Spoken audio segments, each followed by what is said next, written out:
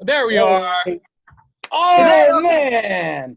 Tech Well, man. Nine's in the house. Yep. It is so good to see you and talk to you. How are you? I'm gravy, man. I'm gravy. I just got back home from doing this literacy webcam thing for Literacy KC on the importance of reading. You know what I mean? So I had to read some paragraphs for some kids and some grown-ups and tell them my story about how literacy helped me become what I became. You know what I mean? It was really nice. Well, you got to tell us now, Tech. I'm interested. How did literacy help you become who you are, the Tech Nine? Become a genius MC. They call me technician number one, and in order to be technician number one, I have to be technical. So that means I have to do my research. I have to read. I have to find the words and make sure I'm using them in the right context. I've been walking around since high school. I've been walking around with backpack. It's a strange music backpack now, though. Backpack with paper and pen in there, man. Just like I'm at school, man. It's always something I'm trying to learn every day. You know what I mean? Like when I'm writing rhymes, for instance, if a word comes up in my head, I have to check my Google to make sure I'm using it in the right context. And every time I check it, it's correct. But I always make sure that I'm talking clearly to the fan so they'll understand. And you have to study to do that thing. You got to study to be technician number one. You have to study to be able to know how to put rhymes together in a way that's technical for the fan to enjoy and make the message, understandable as well, Of course. It's interesting that you said that, because yesterday Automatic and I were just talking about that with our daughter. We call her Ava-matic. But the power of words and communication is a skill that you can only get from reading. It is the only, and if you're a master communicator in the industry, I'm not talking just music, in anything you do, you can achieve a lot. Like, that's how you can go above and beyond everybody else. Yes, it is. You know what I mean? And the more information you know, the more people you can speak to. That's what I've learned over time. The only thing I wished that I had in school, and I had to do it on myself. I had to do it for myself after school. But I wish they would have gave me classes, foreign languages like Spanish, like German, like French. You know what I mean? And all the things I've learned over the years traveling, I learned on my own. You know what I'm saying? But if I would have had it in school, I could have communicated on a higher level, even higher level. Yeah. You know what I mean? And so I'm still doing it, don't get me wrong, because I go all over the world, man, and I'm able to communicate, but that's something I wanted to learn for myself. I had to take the information. Sometimes they won't give you the information. You have to go get it, and that's what I did. That's I just want to make sure I understood you correct, Tech. So you were saying that when you were going to school in Kansas City, there was no Spanish program, French program, or for me, they'd rather give me wood shop class where I didn't give a damn about. You know what I'm saying? They'd rather give me home economics. I was horrible at that, at spices and everything. You know what I mean? So, I mean, those two classes, that could have been French or Spanish or German. You know what I mean? It could have been. Why was that? Why were you given wood shop and home ec instead of a choice of another language? I have no idea, man. Maybe, I don't know, man, because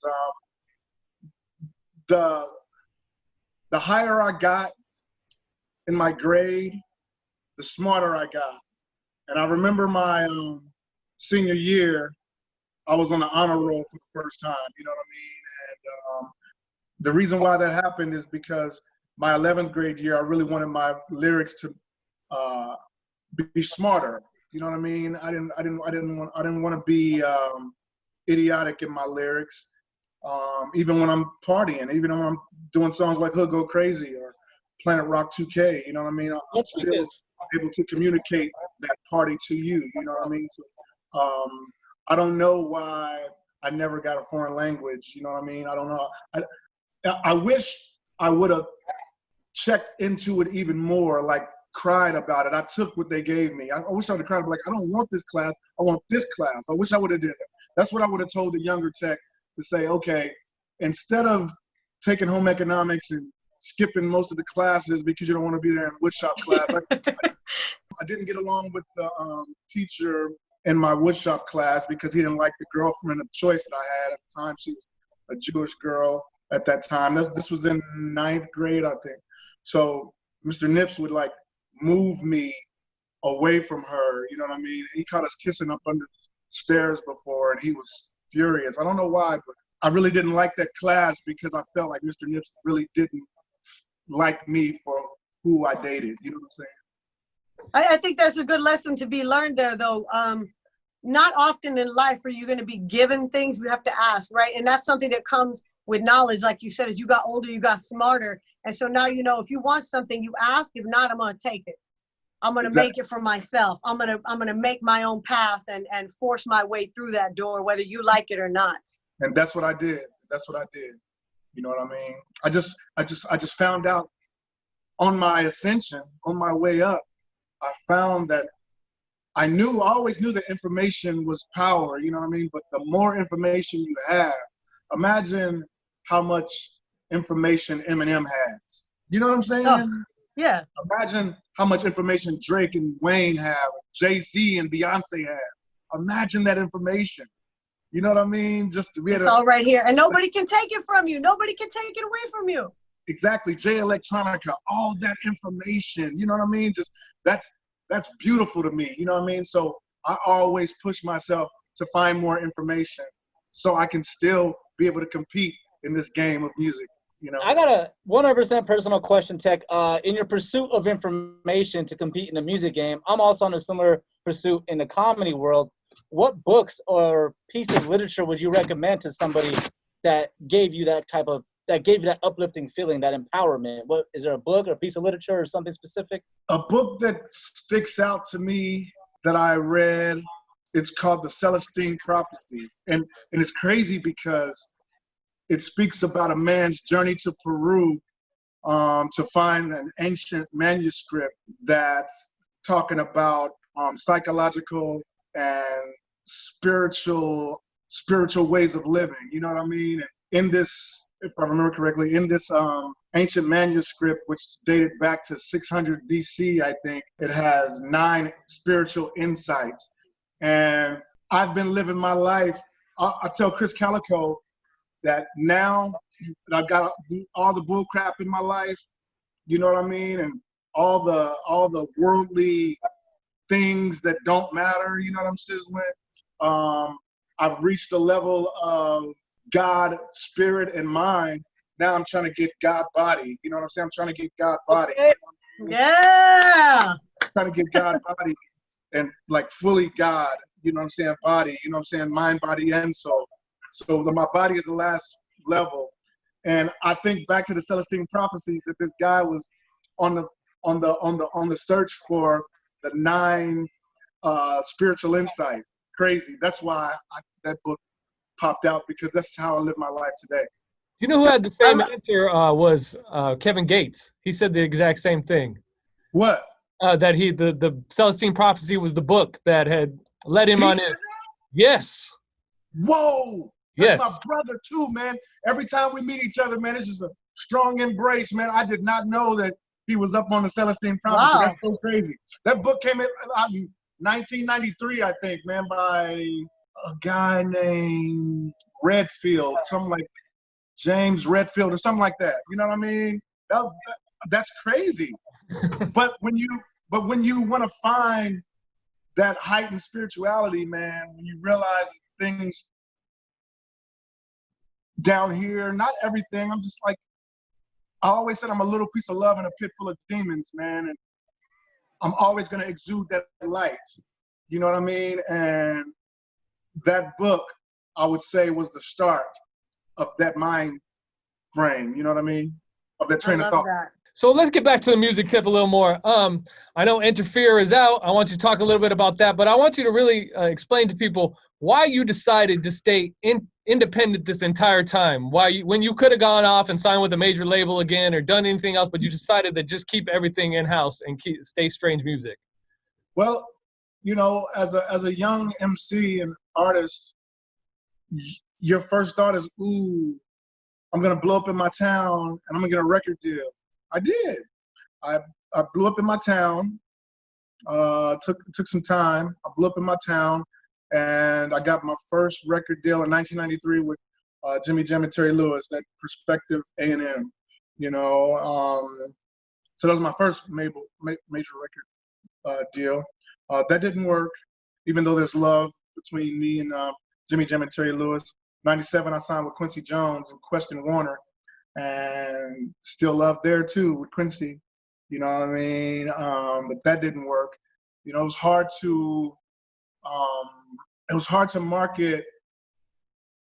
Can you see this picture behind me? Yeah. Yes, sir. They didn't I understand see it. it. With the painted face and everything. I got the mic in my hand. Got my hand Yes. on my. You know, it was hard trying to market, and I'm speaking for them. You know what I mean? This is me speaking for them. It's hard trying to market a guy that can do a song with Lil Wayne. Not back then, but I was always versatile like this. Do a song with Lil Wayne, then on the Carter 4, and then go over here and do a song with Corey Taylor of Slipknot, and then with Gary Clark Jr., and then Marsha Ambrosius, and then a weed song with Boyz II Men, and then Jonathan Davis, and then The Doors, and you know, it's just all these different things. But this black dude with a painted face, with red spiked hair, I didn't have that one thing that they could market, I don't think. You know what I mean? So They didn't know what box to put you in. Exactly. Yeah. A box. And somebody with my type of mind frame, I can't be put in a box. You know what I mean? I have to be able to think freely and have complete autonomy. So after 97, 98, 99, like 99, we signed with J-Core and Interscope. And they did all the wrong things. J-Core did.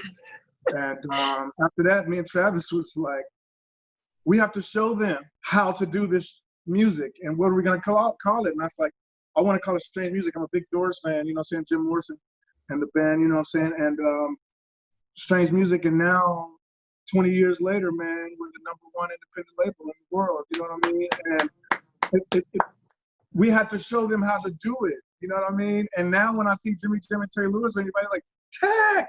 The last time I saw them, it was at like a Janet Jackson. It was at a Janet Jackson release party at the Velvet Rope. It was a long time ago.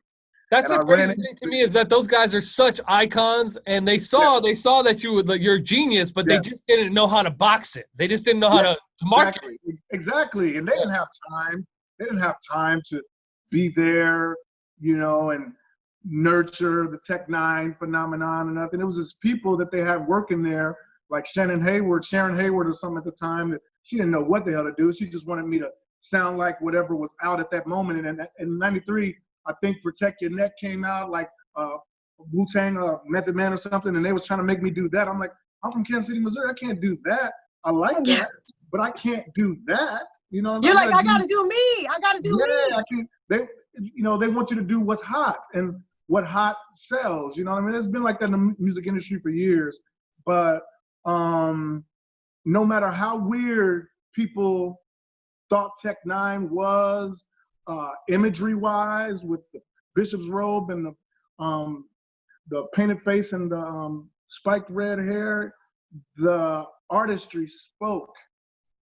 The artistry spoke to Lil Wayne. It spoke to T.I. It spoke to Kendrick. It spoke to Joyner. It spoke to Eminem. It spoke to Marsha Ambrosius. It spoke to Tupac. It spoke to all of these people that I worked with, you know what I'm saying, all these years. It spoke to Elton John, bro. You know what I'm saying? It's crazy. You know, it like real artistry always finds a way, and it's nothing nobody can tell me. I know that what I do, people love. It's just that my ascension was not recorded on television and on radio. So a lot of people are like, man, I heard of Tech Nine. It's like a ghost when they talk about it. It's like a ghost. Like, I heard of Tech Nine. Ain't that the dude that was on the Wake Up Show with King Tech and Sway? Like, yeah. Isn't that the dude on the Death Row movie soundtrack, gang related, you know, with Tupac? Like, yeah. It's like a ghost. It was like, ain't that the dude with the big Empire Strange Music and da-da-da, and go on a 99 city tours and stuff? Like, it's like a ghost. So it's ain't always... that the dude that put Kendrick Lamar on? Let's be real. Let's be real. You know what I'm saying? I don't want to lose this thought. You said something. These labels wanted to put you in a box and they want you to sound like someone else. Yes. Anybody in any industry, you cannot win unless you're the trendsetter. You can't be following the trends. The people that maintain longevity are the trendsetters, period. Yes. I don't understand why they don't get that. It's In any industry. It's easy to get. Like when that trend is dead, so are you, if you're not able to keep up. You know what I mean? And best believe I got my ear to the streets. I know what the radio's playing all the time. I know what it is. And beat-wise, you know how to keep it in the frequency of what people are listening to if you want. But do music that makes you feel good, man. You know what I mean? And if you feel good about it and you really love it, 9 times out of 10, there's a lot of people out there that might feel the same way.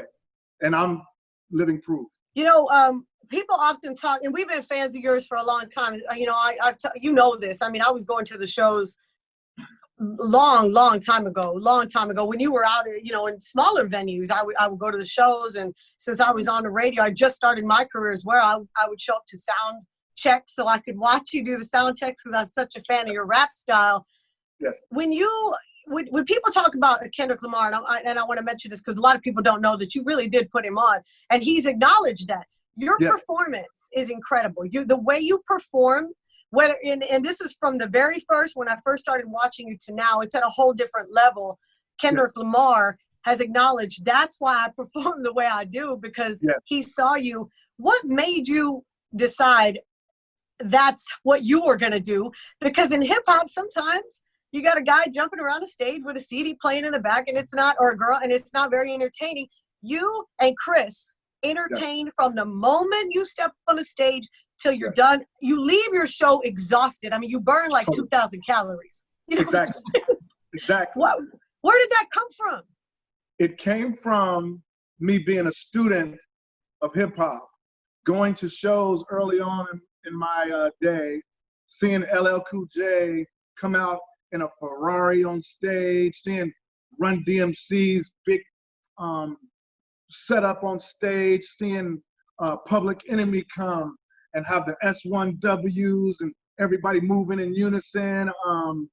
To see, I've seen so many people. I've seen KRS-One rock the Glam Slam downtown LA when it was downtown LA back in the day. Saw him do the Bridges Over live. You know what I mean? Just I've seen all levels of hip hop performers, and not just hip hop standers on stage. You know what I mean? I've seen. Yes, I know what you mean. Yes, I've seen the performers. So the performers made me want to have a show, because I learned early on that if you have something exciting, they love your music already. The music is already powerful. If your performance is powerful and you put forth an effort to give more to the fan, they'll tell somebody else. You have to see this. You have to see this Tech Nine show. You got to see this Tech Nine show. It's nothing like it. We always said you don't have to know Tech Nine's music to enjoy the show. But once you see the show with that wonderful virus of music, you know what I mean, and entertainment as well. So the old school taught me how to do this, and I'm still brainstorming on how I'm gonna come back now. You know what I mean? Now that this lockdown has happened and the COVID thing got our shows on hold for a while. I'm thinking, because when it starts back up, people are gonna be way more hungrier for the show. And it's going to be massive, so I have to do something massive. I'm always thinking about the fan and what they will feel when they see this site. Tech Nine, man.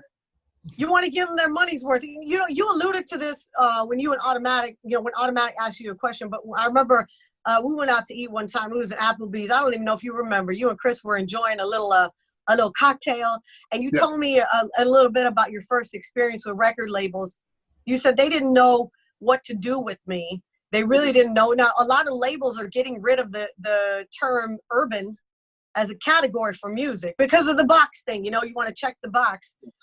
What can you explain to fans, like, what were some of the things that you were being told, and you know, how did you overcome that without that defeating you? Because sometimes too, when people tell you this isn't going to work, I mean, I remember reading something about Drake. Some woman at Motown told him, just quit because you're never going to make it. You know, That must have felt defeating at certain times. Well, Yes. that woman, she lost a lot of money. She lost her job. But I'm sure for you too, it feels defeating, right? When someone keeps telling you, I can't do this, you're not the right fit. How did you overcome that? And what do you feel about labels getting rid of the term urban for music categories? I think that's beautiful. They got rid of urban for one, you know, no sizzling, because that pretty much says black, right? Yeah, Or exactly. minority, minority. You know Yes. what I'm saying? And that's a good thing. But a good explanation, when I was on Quest and Warner, the people that were working for Quincy was always gone out somewhere with Oprah kicking it. You know what I'm saying? He's He's Quincy Jones. Yeah. Yeah. That's Quincy people who Jones. ran that label, you know.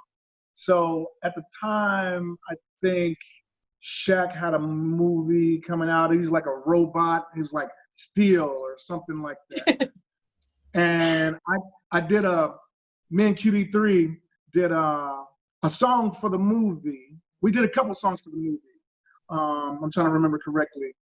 And one was kind of like popcorn, like he's strange and I like it. Boom, boom. It was kind of like popcorn, kind of. You know what I'm saying? But it was still me. You know what I mean?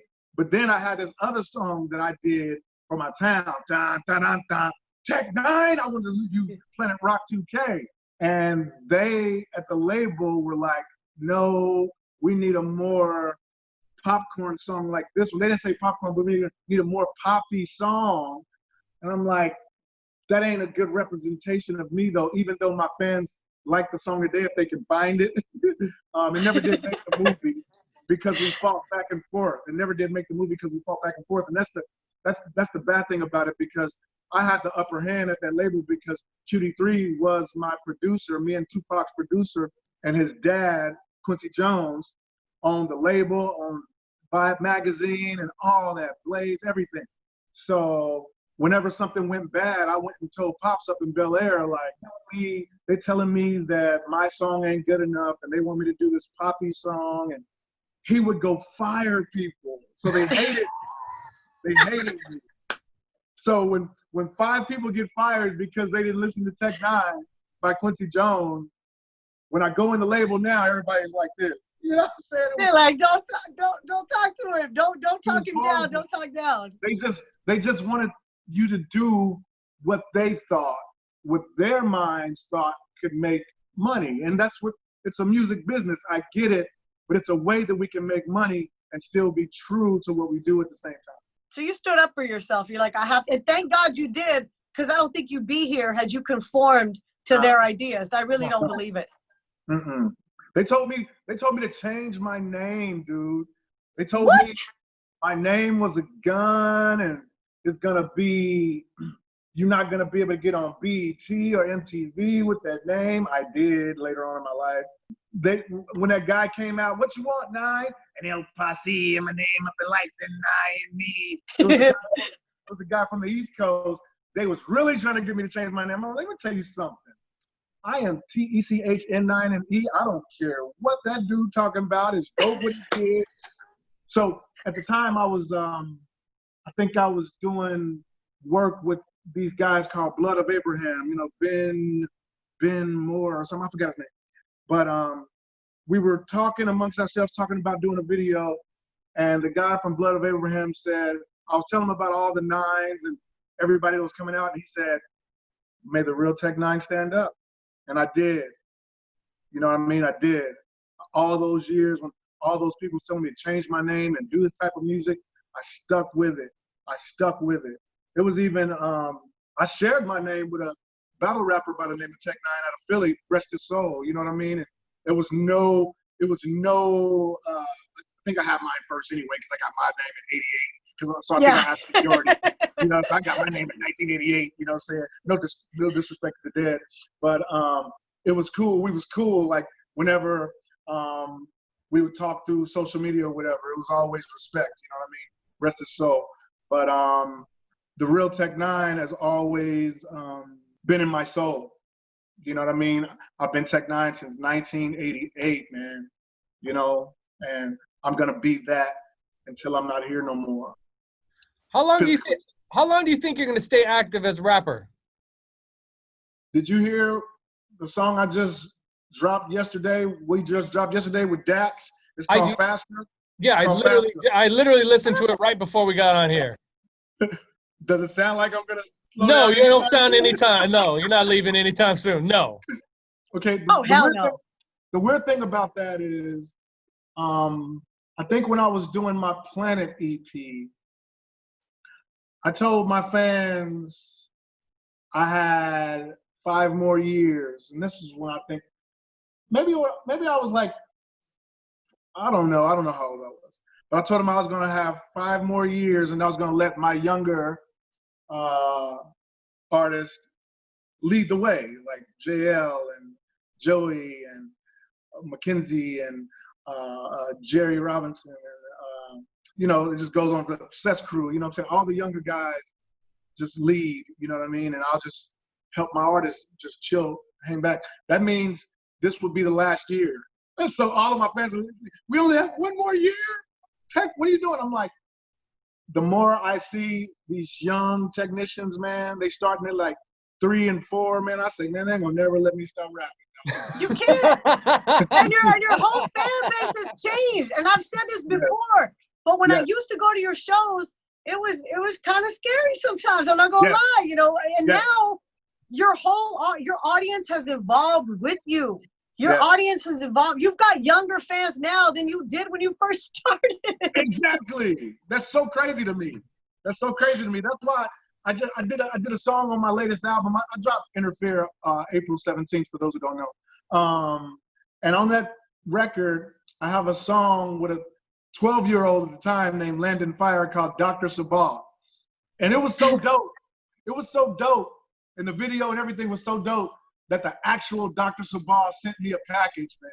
You know what I'm saying? Wow. That's crazy. You know well, give a message to your fans. And when are you hitting the road again? I mean, I know obviously we have to be sensitive to everything happening. But when do you anticipate, Strange Music, you, the whole crew, Chris Calico are going to be back on the road? When is your wish date? Well, the actual date is supposed to be September to start the tour.